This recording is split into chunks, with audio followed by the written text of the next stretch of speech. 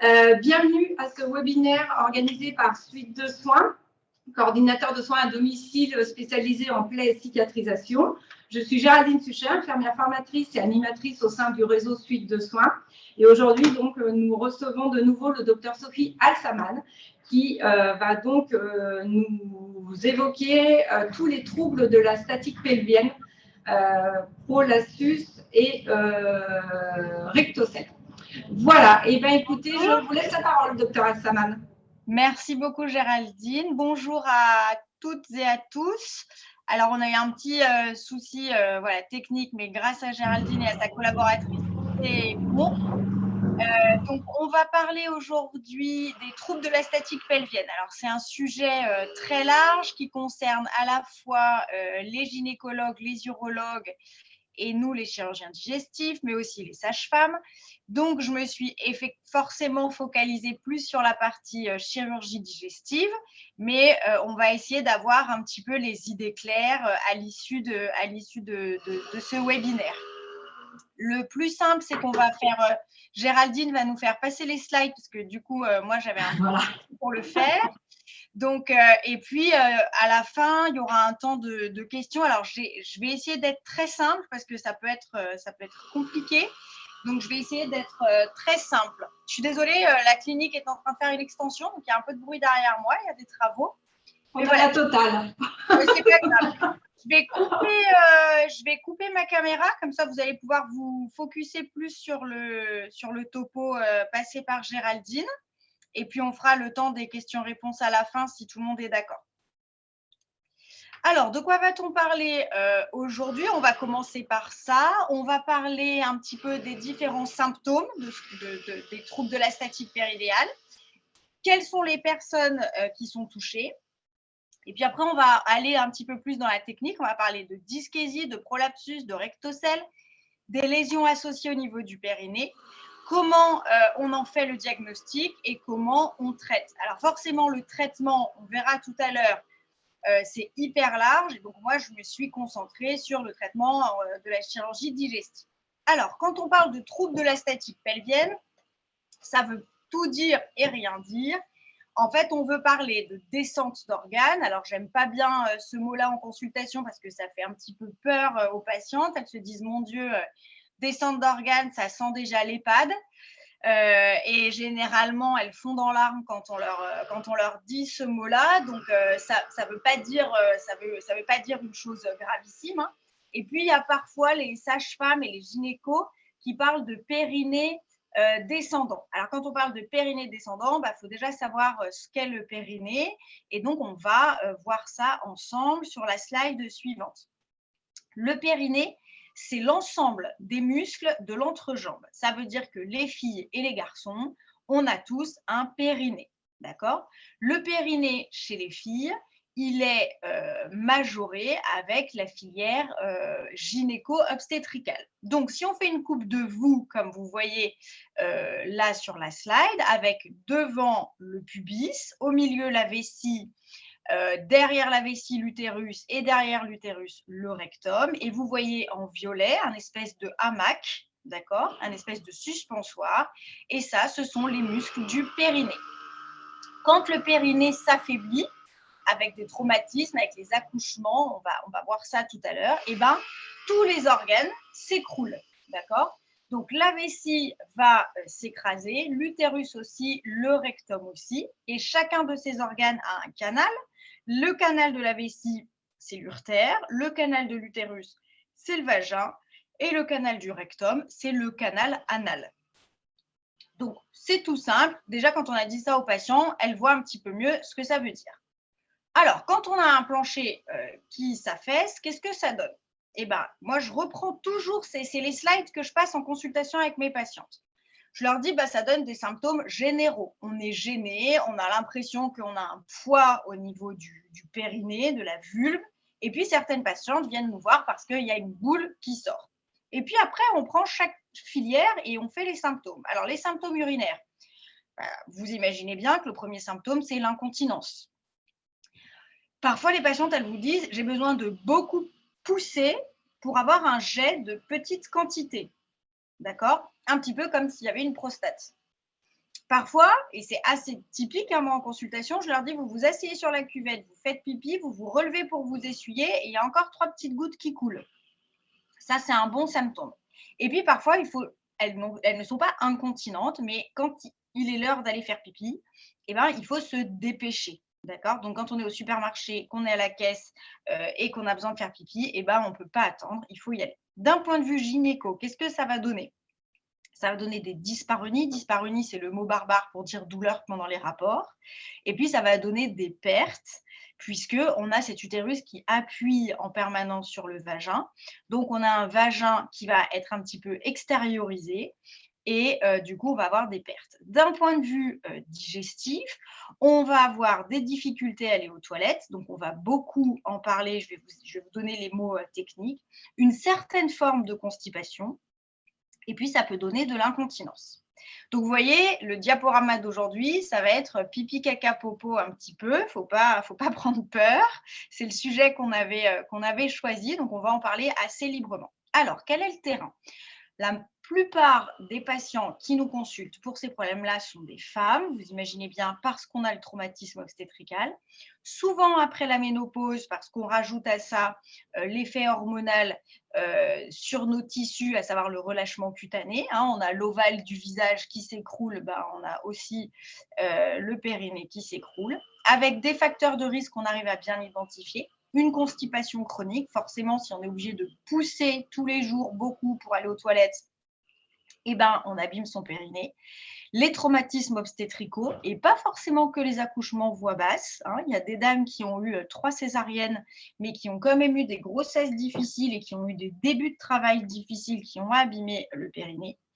Forcément, la chirurgie, qu'elle soit abdominale ou du périnée. Les grandes sportives, les marathoniennes, tous les sports où vous avez un appui, les sports où on saute, le crossfit, les sports de trampoline, tout ça, et puis le marathon, c'est typique.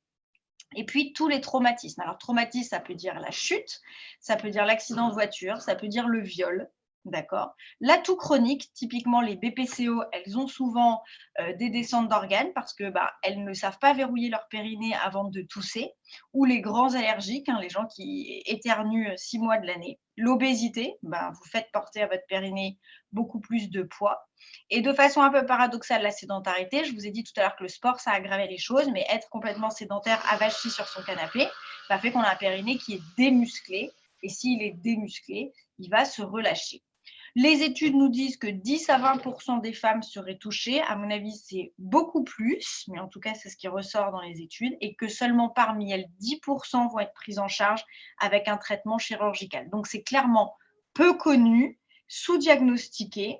Moi, j'ai des patientes des fois qui viennent me voir, ça fait 4, 5, 10 ans qu'elles sont en errance médicale. Pas parce que le fait de tomber sur moi qui fait le diagnostic, c'est pas parce que je suis meilleure que les autres, c'est juste que nous, ici, on a décidé de monter un centre de périnéologie et que du coup, on est sensibilisé à ça. Mais je ne suis pas sensibilisée à d'autres pathologies où certains de mes collègues sont bien meilleurs que moi. Donc, c'est important d'adresser à des centres experts. Alors, il y a un mot un peu barbare qui est la dyschésie que vous allez avoir dans tous les documents concernant les problèmes de périnée. Et surtout, les patientes, elles vont vous en parler sans évidemment dire ce mot. Et donc, il faut savoir la reconnaître. La dyschésie, c'est quand on a une patiente ou un patient qui a des difficultés à vider le contenu du rectum. Donc, les patientes, souvent, elles vous disent « je suis constipée, il faut que je force ». Et puis, quand vous demandez, en fait, elles y vont quand même tous les jours et les selles qu'elles font ne sont pas des selles très sèches. Donc, elles ne sont pas forcément constipées au sens médical du terme. Elles ont juste du mal à évacuer. Donc, d'un point de vue classification, on parle de constipation à transit colique normal ou de constipation distale, ça veut dire vraiment du bout du tube digestif. Quand les patientes vous disent « quand j'ai envie de faire caca, j'ai du mal à me vider complètement et de façon satisfaisante », vous êtes à peu près certain que votre patiente a un trouble de la statique pelvienne. Il y a d'autres choses, évidemment. La médecine, ce n'est pas blanc ou noir, mais il faut avoir les idées claires avec un webinaire rapide, c'est ça. Donc, l'objectif de traiter la dyschésie, ce n'est pas du tout d'accélérer le transit et de donner des laxatifs. Malheureusement, souvent, c'est ce qu'elles ont comme traitement depuis des années et elles vous disent « moi, j'ai fait tous les sachets du monde, ça ne marche pas ». Bah oui, le problème, ce n'est pas d'avoir des selles plus molles, le problème, c'est de faciliter l'évacuation des selles. D'accord ? Alors, les symptômes cliniques de la dyschésie, voilà.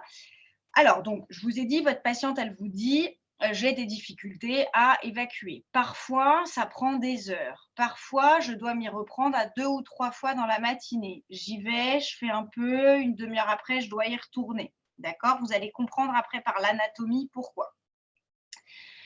Parfois, elles vous disent j'y vais, mais je sais bien que je n'ai pas tout vidé et j'ai beau pousser comme une dingue, rien ne change. J'appréhende d'y aller parce que ça prend des heures et parce qu'au travail, dans l'avion, dans le train, je n'ai pas toujours ce temps-là d'intimité. Parfois, je dois m'aider. Ça, c'est assez typique, hein. La patiente qui vous dit « je dois m'aider, donc je dois mettre mes doigts ». Alors, ce n'est pas forcément les doigts dans le rectum, voire c'est même jamais les doigts dans le rectum, c'est souvent les doigts dans le vagin ou souvent c'est d'appuyer sur mes fesses. Vous allez comprendre l'anatomie après. J'ai besoin de mettre des suppositoires. Ça, c'est aussi assez classique. Les patientes qui vous disent « quand je mets mon suppositoire, j'arrive à tout vider », ah bah, c'est parce qu'en fait, ça lubrifie la zone, que du coup, ça facilite l'évacuation. Ce qui peut paraître paradoxal, c'est que le passage des selles ne fait pas mal du tout. Ce qui fait que le passage des selles est douloureux en proctologie, c'est soit qu'il y a une plaie au niveau de l'anus, qu'on appelle une fissure anale, ça c'est extrêmement douloureux, d'accord ? Soit qu'il y a des hémorroïdes et que le passage des selles est douloureux aussi. Mais dans la dyschésie, vous n'avez pas de plaie. L'anus, il est intact, donc le passage n'est pas douloureux, d'accord ? C'est vraiment l'évacuation qui est problématique. Alors, si on se concentre du coup sur ce rectum, il y a 2 mots qui reviennent tout le temps, le prolapsus et la rectocèle. Alors, comment on fait la différence ? Donc là, je vous ai mis des photos. Après manger, ce n'est pas très, très glamour, mais que vous compreniez bien. Prolapsus, ça sort à l'anus. C'est le rectum qui, en doigt de gant, vient sortir à l'anus. Donc, on voit bien qu'on a les plis radiés du tube digestif qui sortent à l'anus. À l'inverse, rectocèle, sur la photo d'en bas, vous voyez qu'on a bien un anus fermé avec quelques hémorroïdes externes et que ça bombe à la vulve. D'accord ? Donc ça, c'est rectocèle. Et je vous ai dit tout à l'heure que quand ça tombe, généralement, tout tombe. Donc, je vous ai mis une photo complètement à votre droite où vous avez devant la vessie qui tombe, cystocèle, et derrière, toujours à la vulve, hein, vous voyez, on n'est pas à l'anus, le rectum qui tombe, la rectocèle. Donc ça, c'est vraiment l'examen clinique typique qu'on a. Vous n'avez pas besoin de torturer les patientes à faire des manœuvres, je ne sais pas quoi, barbares, que font encore certains obstétriciens et certains médecins. On est à la vulve, on fait pousser la patiente et on voit qu'on a 2 boules, la cystocèle et la rectocèle. Alors, on va se focuser un petit peu plus sur le prolapsus. Je vous ai mis beaucoup de dessins pour que vous compreniez bien. C'est quoi le prolapsus ? C'est un prolapsus, c'est une issue anormale d'un organe. Donc, vous voyez bien sur les photos que là, c'est le rectum qui, comme un doigt de gant, va venir s'invaginer. Donc, soit il est simplement interne et ça gêne l'évacuation des selles, vous comprenez bien, mais quand vous faites pousser, il n'y a pas grand-chose qui affleure à l'anus, soit il est tellement important qu'il est extériorisé et on voit au niveau de l'anus les plis radiés du tube digestif qui sortent et quand la patiente arrête de pousser, généralement ça remonte ou elle a l'habitude. Avec une petite manœuvre digitale, elle arrive à faire rentrer son prolapsus. Les symptômes cliniques du prolapsus, en dehors du fait que vous, à l'examen, vous avez vu que ça sort. Alors, on a des douleurs, de la défécation. Donc, je redis bien ce que je vous ai dit tout à l'heure. Ce n'est pas le passage de la selle qui est douloureux, rien n'est déchiré, c'est vraiment la défécation qui est douloureuse. Okay. Les patients vous disent, j'ai des énormes hémorroïdes qui sortent quand je vais aux toilettes. Les hémorroïdes, ce n'est pas très, très gros, d'accord ? Donc, quand ils vous disent c'est très, très gros, j'ai une grosse boule qui sort, on peut s'en douter. Souvent, ils vous disent, j'ai une sensation de pesanteur, j'ai l'impression que c'est lourd derrière. Ça donne des faux besoins. Vous vous doutez bien que s'il y a tout ça dans le canal anal en permanence, et ben, le canal anal a l'impression d'être plein tout le temps. Et avec l'évacuation des selles, vous pouvez avoir un peu de mucus, c'est de la muqueuse, ça sécrète, quelques glaires et parfois du sang. Ce n'est pas du sang du sphincter anal, hein, ce n'est pas une fissure comme je vous le dis, c'est l'irritation de la muqueuse qui n'est pas à sa place, qui saigne un petit peu et c'est souvent le motif de consultation. Ils viennent nous voir pour des grosses hémorroïdes. Alors maintenant, la rectocèle. Donc, la rectocèle, ça ne bombe pas à l'anus, ça va bomber au vagin. C'est en fait le rectum, vous voyez sur la coupe transversale, c'est le rectum qui fait une besace, qui fait une bourse. Et cette bourse va pousser la paroi postérieure du vagin et va s'extérioriser dans le vagin, donc à la vulve. C'est aussi ce que vous pouvez lire parfois, ce qui s'appelle l'effondrement de la cloison recto-vaginale, c'est-à-dire qu'il n'y a plus vraiment ce plan rigide et que la rectocèle sort au niveau de l'anus. Donc c'est souvent une pathologie de la femme ménopausée, constipée, qui a eu des accouchements assez traumatisants. Sur la slide d'après, vous avez encore d'autres photos pour bien vous en rendre compte. Là, ce qu'il faut comprendre, c'est qu'il y a des symptômes qui sont un petit peu différents. Alors, je vous explique les symptômes de la rectocèle qui sont assez typiques. Les patientes vous disent qu'elles ont une pesanteur, mais cette fois-ci, ce n'est pas derrière, c'est au niveau de la vulve. Quand elles vont faire caca ou quand elles ont besoin de faire caca, elles vous disent « j'ai une boule qui ouvre ma vulve, j'ai une boule qui pousse ». D'accord ? Là encore, on a la même chose que tout à l'heure. On a une sensation d'évacuation incomplète. Mais cette fois-ci, pour bien comprendre le mécanisme, qu'est-ce qui se passe? La patiente, elle a envie d'aller à la selle. Elle va vider son canal anal. Donc, elle va avoir des selles normales, moulées. Mais dans la poche de rectocèle, il y a aussi un petit peu des matières. Et cette rectocèle, elle va se vider dans un deuxième temps. Mais ce ne sont plus des selles moulées, c'est des petites crottes de bique. Donc ça, c'est assez typique quand vous demandez à vos patients. Vous dites oui, vous faites une bonne selle. Et puis 2 heures après, vous faites des petites crottes de bique. Donc là, elle vous regarde en pensant qu'il y a une webcam dans ses toilettes. Hein, et c'est très, très typique. Souvent, elles ont compris qu'en repoussant un petit peu le vagin ou en mettant un tampax, d'accord, eh ben, elles vont pouvoir vider la rectocèle et aller aux toilettes. Hein. Donc, une défécation par étape. Et puis, on a dit des souillures comme tout à l'heure. Un symptôme très typique aussi, c'est que les rapports leur donnent envie d'aller aux toilettes. Vous comprenez bien que quand il y a une pénétration vaginale, ça repousse la rectocèle, d'accord, vers l'arrière et qu'à ce moment-là, elles ont envie d'aller aux toilettes. Et ça, c'est très typique quand une patiente vous dit à chaque fois que j'ai des rapports, j'ai envie d'aller aux toilettes, vous savez que c'est plutôt une rectocèle qu'un prolapsus. Donc, si on se remet maintenant à l'échelle du périnée, on va voir les lésions associées à prolapsus et rectocèle. Alors, les mots sont un petit peu barbares. Vous avez l'entérocèle, on va le voir sur la diapo suivante, Géraldine, si vous pouvez.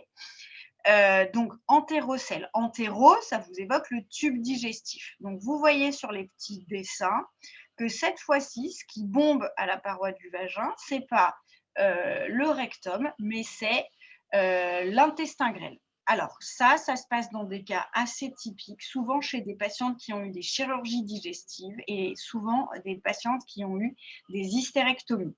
D'accord ? Puisque on imagine bien que s'il y avait un utérus là au milieu, il arriverait quand même à retenir en partie cette entérocèle. D'accord ? Donc là, la manifestation clinique digestive, elle est moins franche, mais quand vous faites pousser les patientes, et même généralement quand on ouvre la vulve, on voit qu'on a une saillie lâche et parfois avec des gaz. Donc ça, c'est l'entérocèle. Si on continue, on va maintenant à l'étage antérieur avec la vessie. Donc, comme le rectum peut tomber, la vessie peut tomber. Vous le voyez sur les différents dessins, c'est ce qu'on appelle la cystocèle. Hein, c'est la vessie qui descend. Donc, je vous ai mis un petit schéma. On a une vulve qui est écartée un petit peu en permanence, hein, une béance de la vulve, une béance vulvaire. Et on a vraiment sur la face antérieure de la vulve, on n'est pas au niveau du vagin, on voit qu'on a une grosse boule avec un petit trou au milieu et c'est la vessie. Donc là, les patientes, elles sont gênées pour faire pipi, elles ont envie de faire pipi souvent, elles ont souvent des infections urinaires parce que quand vous regardez le petit dessin de profil, vous voyez que l'urètre est beaucoup plus court, hein, l'effet chevalet protecteur anti-infectieux de l'urètre n'y est plus, donc elles font des infections urinaires à répétition et puis elles font pipi un petit peu en permanence puisqu'il n'y a pas cet effet chevalet. Donc ça, c'est la cystocèle. Et puis, quand on est sur la filière obstétricale et gynécologique, on a l'hystérocèle, l'hystéroptose, où cette fois-ci, c'est l'utérus qui descend comme un doigt de gant, exactement comme le prolapsus rectal. Quand vous faites pousser les patientes, vous avez le vagin qui s'invagine, ça vient bien de là, hein, le mot, avec cet utérus qui affleure à la fourchette vulvaire et qui crée des irritations avec des infections gynéco, des pertes et puis des infections, des vaginoses à répétition là aussi.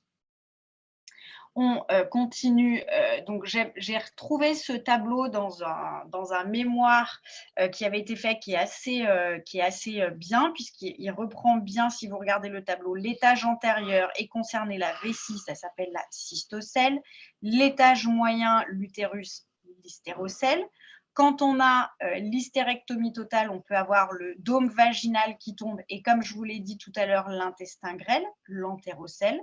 Et à l'étage postérieur, vous pouvez avoir rectocèle et prolapsus et parfois l'entérocèle, avec à chaque fois différentes photos qui vous montrent bien qu'un simple examen de la vulve et de l'anus en poussée, cliniquement, ça nous renseigne déjà beaucoup. Parce que là, il y a beaucoup de mots barbares qu'on vient d'évoquer, beaucoup de choses.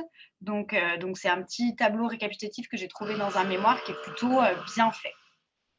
Alors, comment ça se passe une consultation et comment on fait? La plupart du temps, déjà, il faut avoir un interrogatoire assez indiscret. Donc, moi, je préviens toujours les patientes qu'on n'est pas obligé de faire cet interrogatoire-là à notre première rencontre parce que je vais leur poser des questions sur leur vie intime, leur façon de faire pipi, leur façon de faire caca, leurs sensations pendant les rapports, et tous les patients ne sont pas capables d'entendre ça à la première rencontre. Et puis, quand les patientes viennent accompagner, souvent, je demande à l'accompagnant de nous laisser un petit moment de tranquillité médicale pour qu'on puisse en parler. Donc, je pense qu'il ne faut pas heurter. Souvent, les patients viennent nous voir pour autre chose, hein. Personne n'a pensé à ça. Donc, ils viennent nous voir pour des hémorroïdes et on se retrouve à leur demander si, quand elles ont un rapport avec pénétration, ça leur donne envie de faire caca. Donc, elles vous regardent avec des yeux un petit peu inquiets. Donc, il faut être très doux, très calme, très respectueux de l'intimité des patients. Concernant l'examen clinique, on rappelle que l'examen clinique se fait après l'accord du patient ou de la patiente, qu'on lui explique ce qu'on va faire. Voilà, on n'est pas des sauvages. Et puis, autant les patientes savent très bien qu'elles vont avoir un examen intime en allant chez le gynécologue, autant quand elles viennent voir le chirurgien digestif pour de banales hémorroïdes, elles ne sont pas forcément prêtes et préparées. Donc, c'est très important de prendre ça en compte. Je vous ai dit tout à l'heure qu'on avait aussi une population assez particulière de patients et de patientes qui ont malheureusement subi des traumas. Donc, il faut y aller avec beaucoup d'empathie, de douceur, et puis toujours d'avoir bien l'accord de la patiente, de bien lui expliquer ce qu'on va faire. Donc, moi, souvent, je leur dis que si elles sont d'accord pour que je les examine, mon examen clinique va être très simple. Ça va juste être l'examen de la vulve et de la marge anale, à la fois en position de repos et en position de poussée, et que ça peut leur donner envie de faire pipi ou de faire des gaz, qu'il ne faut pas qu'elles s'inquiètent. Je ne fais pas un examen gynécologique complet parce que dans tous les cas, elles iront voir le gynécologue. Et d'un point de vue digestif, si elles sont d'accord et voilà, et si le climat de la consultation s'y prête, je ferai systématiquement un toucher rectal. Ce toucher rectal, il va me permettre de plusieurs choses. Il va me permettre déjà de savoir, quand je vais dire à la patiente de serrer sur mon doigt, de serrer l'anus, savoir si elle a une bonne contraction, donc de voir déjà si on n'est pas sur un pendant plutôt neurologique avant de parler que de fonctionnel. Et après, je vais lui demander de se relâcher comme si elle avait besoin de faire un gaz ou d'aller aux toilettes. Et on se rend compte que très souvent, on a ce qu'on appelle l'asynchronisme abdominaux-périnéal, c'est-à-dire qu'elles disent à leur tête serre et en fait elles relâchent, ou elles disent à leur corps de se relâcher et ils se contractent. Alors ça, c'est souvent les patientes qui sont constipées chroniques, qui n'ont pas forcément une bonne connaissance de leur anatomie urinaire, gynécologique, digestive et intime. Et là, il y a un gros travail à faire avec une sage-femme ou une kiné de rééducation pour apprendre à retenir et pousser. Parce que si votre patiente elle est tout le temps en poussée ou tout le temps en train de retenir, elle abîme de toute façon son périnée et quelle que soit la correction que vous allez faire, elle n'arrivera toujours pas à faire caca ou elle n'arrivera toujours pas à retenir si la commande de sa tête n'est pas en accord avec son corps. Donc ça, moi, je leur explique que ça me permet simplement de savoir ça et ça me permet aussi de voir un petit peu la tonicité des sphincters. Ça peut paraître un peu paradoxal ce que je vais vous dire, mais quand on a une hypertonie des sphincters, quand on arrive à trop bien serrer ses sphincters, quand on se maîtrise trop, eh ben, on arrive moins bien à se relâcher. D'accord ? Et donc cette hypertonie sphinctérienne, il faut aller la chercher. Donc ça, c'est la partie examen clinique interrogatoire qu'on va faire au cabinet. Les gynécologues, eux, évidemment, feront l'examen au spéculum et éventuellement une échographie endovaginale. Je suis assez contre tous les examens cliniques qu'on fait avec des valves, où on fait pousser et retenir les patients. C'est très traumatisant, c'est très humiliant. Il y a même des praticiens qui disent à la patiente « vous allez pousser jusqu'à ce que vous fassiez pipi sur la table ». Voilà, les patientes, elles n'ont pas du tout envie de ça. Et puis, on a maintenant la chance d'avoir des IRM qui s'appellent des IRM dynamiques du périnée. Je vous ai mis une photo. Alors, ce n'est pas très, très parlant quand on n'a pas l'habitude. Mais en pratique, ce sont des IRM où on demande aux patientes de se retenir et de pousser. Et ça nous permet de bien visualiser la descente de tous les éléments du périnée à la poussée. Alors là encore, cette IRM, avant de la prescrire, il faut bien demander l'accord de la patiente. Est-ce qu'elle est d'accord pour avoir cet examen-là? Ce n'est pas un examen facile, on vous met une sonde urinaire, on vous met une sonde rectale. Donc, il faut bien les prévenir. Moi, j'ai fait une petite fiche d'information que je leur donne avant. Et comme ça, elles font l'examen en connaissance de cause et c'est toujours moins traumatisant. Avant de se dire simplement qu'on est face à quelque chose de fonctionnel, à savoir juste une descente d'organes, je vous ai dit tout à l'heure qu'on pouvait avoir des soucis avec des alternances diarrhée-constipation, de l'émission de glaire, un petit peu de sang. Donc ça, nous, en chirurgie digestive, on a une lumière rouge qui clignote et qui nous dit attention cancer. L'alternance diarrhée-constipation, glaire, sang dans les selles, ça nous fait de toute façon penser au cancer. Donc à la moindre suspicion, et si le patient n'a pas eu de bilan endoscopique récent, avant d'envisager quoi que ce soit, ça me semble primordial de faire un bilan avec une coloscopie. Les autres examens à faire, qui sont un petit peu plus particuliers, c'est la manométrie anorectale et l'échographie anale. Donc la manométrie anorectale, c'est le mesure des pressions à l'intérieur du canal anal et au niveau de l'anus, d'accord? Donc ça, ce sont les gastro-entérologues qui le font, pour certains. Ça nous permet, en gonflant un petit ballonnet dans l'anus de la patiente, de voir à partir de quand la patiente a une sensation de besoin et est-ce qu'elle a une poussée efficace pour évacuer le ballon. Alors, pourquoi on fait ça? On fait ça pour ne pas méconnaître une pathologie neurologique d'accord? Parce qu'il y a aussi des pathologies neurologiques qui donnent des dyskésies, difficulté à aller aux toilettes. Et donc, avant de dire que les patientes ont une simple descente d'organes, il faut qu'on soit sûr que derrière, on ne méconnaît pas une pathologie organique qui pourrait être aggravée par la correction chirurgicale. Donc, ce sont des temps d'examen qui sont importants, qu'on ne fait pas pour toutes les patientes, mais qui sont importants. Les temps de transit colique, vous lirez ça un petit peu dans la littérature. Moi, ça fait 10 ans que j'en ai pas fait. On fait avaler des petites billes radiomarquées aux patients et puis on fait des ASP tous les jours pour voir combien de temps il faut entre la bouche et le cucu pour que les petites billes soient évacuées. Ça permet parfois de matérialiser les choses auprès des patients parce qu'on a des patients qui sont convaincus qu'ils ont un transit ralenti et ils vous disent: «Oh là là, mais moi, il me faut au moins une semaine pour évacuer».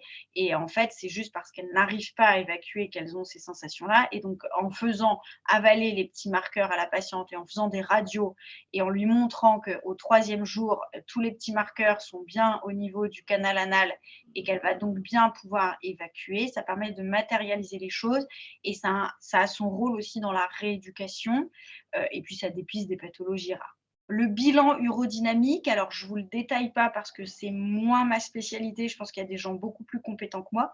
C'est le bilan, un petit peu comme la manométrie anorectale, mais versant urologique, qui permet aux urologues de vérifier qu'il n'y a pas de problème neurologique, qu'il y a une bonne vidange consciente de la vessie. Donc, c'est exactement le parallèle. C'est ce qu'on appelle le BUD, bilan urodynamique, qui est un examen aussi où on fait pousser les patientes, on gonfle la vessie et on voit à partir de quel volume la patiente a une sensation d'envie d'aller uriner et on la fait uriner après et on mesure le résidu post-mictionnel, comme quand vous faites un bladder scan, et on vérifie si elle a bien vidé sa vessie. Donc, vous voyez, on a quand même un arsenal diagnostique maintenant important, sans pour autant torturer les patientes à l'examen clinique. Le traitement.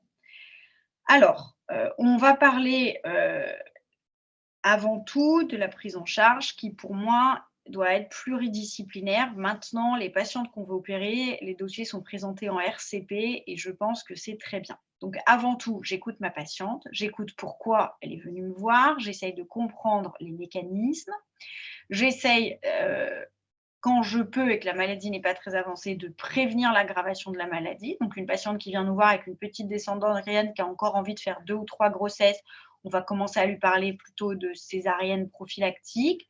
On va corriger tous les facteurs aggravants, la constipation. Hein, on va donner les consignes de manger des fibres, de s'hydrater, de prendre des probiotiques. On va corriger la toux chronique en demandant de la kiné-respi, en faisant un bilan allergo. On va corriger le poids. On va corriger les pratiques sportives inadaptées. On limite les efforts de poussée, je vous l'ai dit, et s'il y a besoin, on va chez le kiné ou chez la sage-femme. J'ai oublié de marquer sage-femme, excusez-moi, pour faire de l'éducation du périnée et pas de la rééducation. Donc, je n'ai pas trouvé de slide avec éducation. La plupart du temps, les patientes, elles n'ont pas besoin d'être rééduquées, elles ont besoin d'être éduquées parce que la plupart du temps, elles ne savent pas bien retenir et pousser. Et surtout, elles n'arrivent pas à serrer les fesses sans serrer le vagin ou l'inverse. Tout est un petit peu mélangé. Donc, aller chez la sage-femme ou chez le kiné, ça permet ça. C'est ce qu'on appelle la rééducation par biofeedback, c'est-à-dire qu'on a une petite manette qu'on va mettre soit dans le vagin, soit dans l'anus et on va dire à la patiente, vous serrez, vous relâchez. La patiente, elle a un écran devant elle avec une petite courbe et elle arrive à faire le distinguo entre je serre, je relâche et je serre le devant, je relâche le derrière. Donc ça, c'est ce que moi plutôt j'appelle de l'éducation parce que c'est pas si simple que ça, c'est pas inné. Et donc, elles ont besoin de comprendre ça avant qu'on envisage un quelconque geste chirurgical. Alors, concernant la chirurgie, donc la chirurgie au niveau digestif, c'est ce qu'on appelle la rectopexie. Rectopexie, de rectum, de pexie, je viens fixer. Donc, je vais venir fixer le rectum. Donc, vous voyez une coupe, là, en couleur, vous avez derrière le sacrum, avec au bout le coccyx, le rectum, l'utérus avec le vagin, la vessie avec l'urètre. Donc, on va venir mettre une bandelette entre enfin sur le devant du rectum, donc derrière la paroi postérieure du vagin, et on va venir se fixer sur le sacrum, qui est un os dur. On va mettre une petite vis à l'intérieur et on va venir jouer le rôle de bretelle.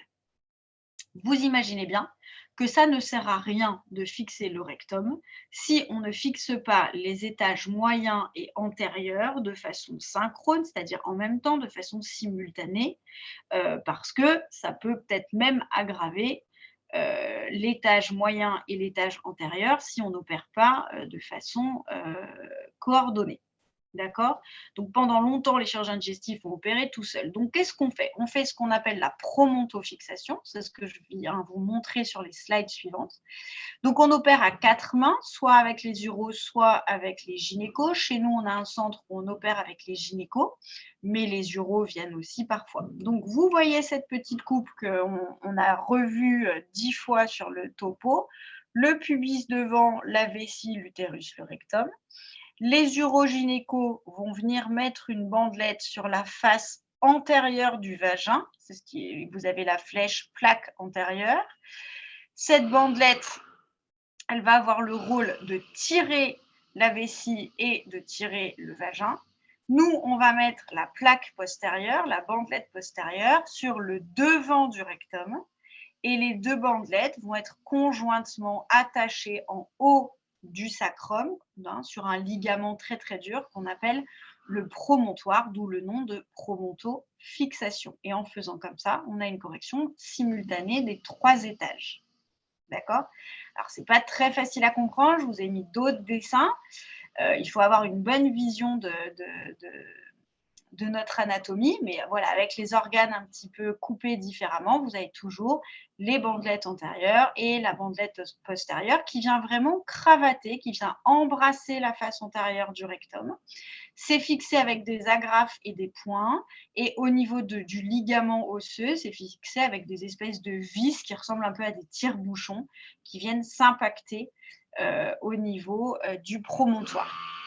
Je vous ai remis deux petites autres vues. Alors, ce n'est pas toujours facile l'anatomie. Donc, sur le dessin, vous voyez qu'on a l'utérus avec les ovaires, les espèces de petites grappes blanches que vous avez sur les côtés, et puis les trompes, d'accord? Sous l'utérus, vous voyez qu'il y a le début du vagin, et derrière, vous avez le rectum. Donc, on a une vue entre le rectum et l'utérus, d'accord?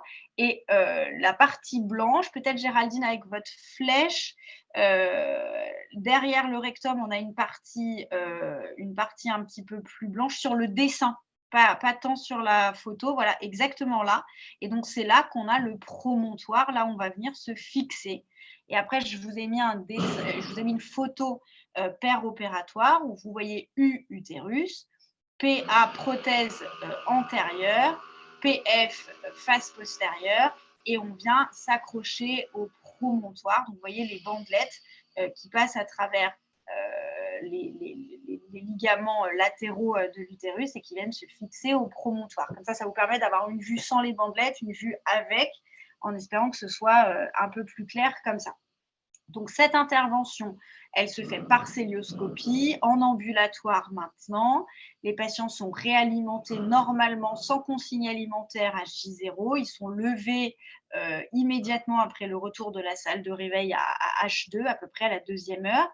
Les patients sont sondés au bloc, mais désondés directement à la fin de l'intervention pour avoir vraiment une réhabilitation rapide. Nous, ici à la Protestante, on a un centre RAC. La RAC, c'est la réhabilitation rapide après chirurgie.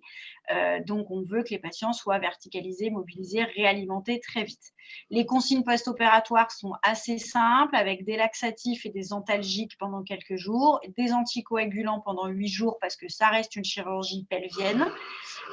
Voilà, pas d'antibiotiques à part l'antibioprophylaxie péropératoire, un arrêt de travail d'1 mois, à moins que vous ayez une patiente qui soit 100% en télétravail, on va aller sur 15 jours parce que ça reste une célio, il faut reprendre des mictions et des évacuations de sel régulières.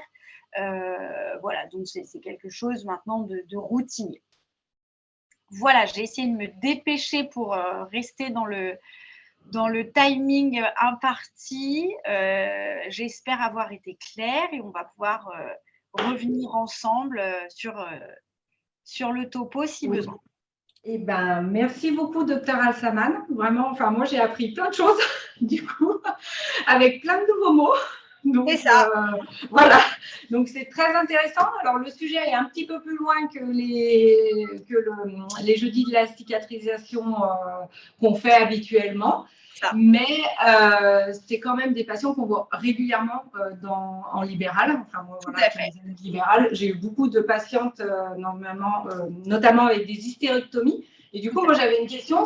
Vous dites que donc on peut avoir l'hystérocèle après une hystérectomie, mais du coup, combien de temps après? Non, on peut avoir l'érythrocèle. Souvent, c'est le tube digestif qui tombe. Quand on a enlevé l'utérus, il ne peut plus tomber. Alors, parfois, on a quand même le dôme du vagin qui tombe un petit peu.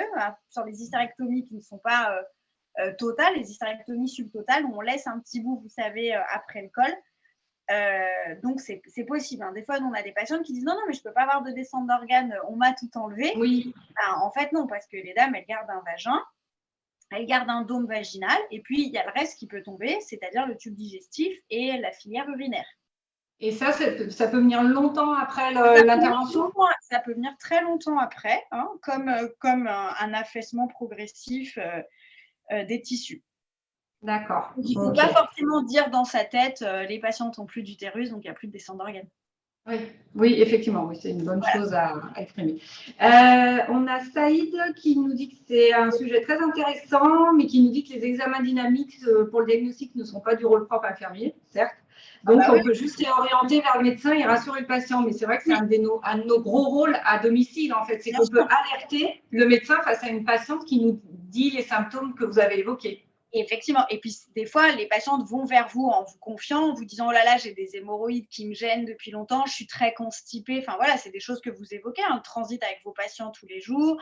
Quand vous avez des patients chroniques, même pour des plaies, ils vont se confier à vous en vous disant « Oh là là, j'ai des hémorroïdes. » Ou la dame va vous dire « Oh là là, il faut que je me dépêche de faire pipi avant que vous me fassiez mon pansement, je suis pressée. » C'est juste des petites choses. Voilà, on avait dit que c'était un sujet qui était un peu à cheval, mais qui est aussi de la connaissance de soins, de soignants en général. C'est quelque chose qu'on n'apprend pas à l'école. Hein. Nous, le périnée en études de médecine, c'est 0 heure de cours.